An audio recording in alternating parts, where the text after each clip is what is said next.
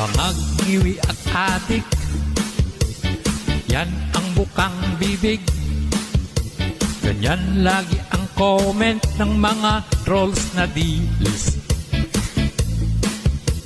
Wala silang bagong script, walang ibang maisip, kaya paulit-ulit.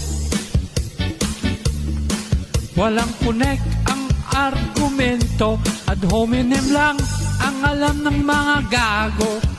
At kapag tinibate mo, kusang naglalako. Mga wakwak na dilis, pag nainis pumuputak, may bungo wala namang utak. Mga wakwak na dilis, matanda na daw ako, malapit na daw mamatay, ang sabi ng mga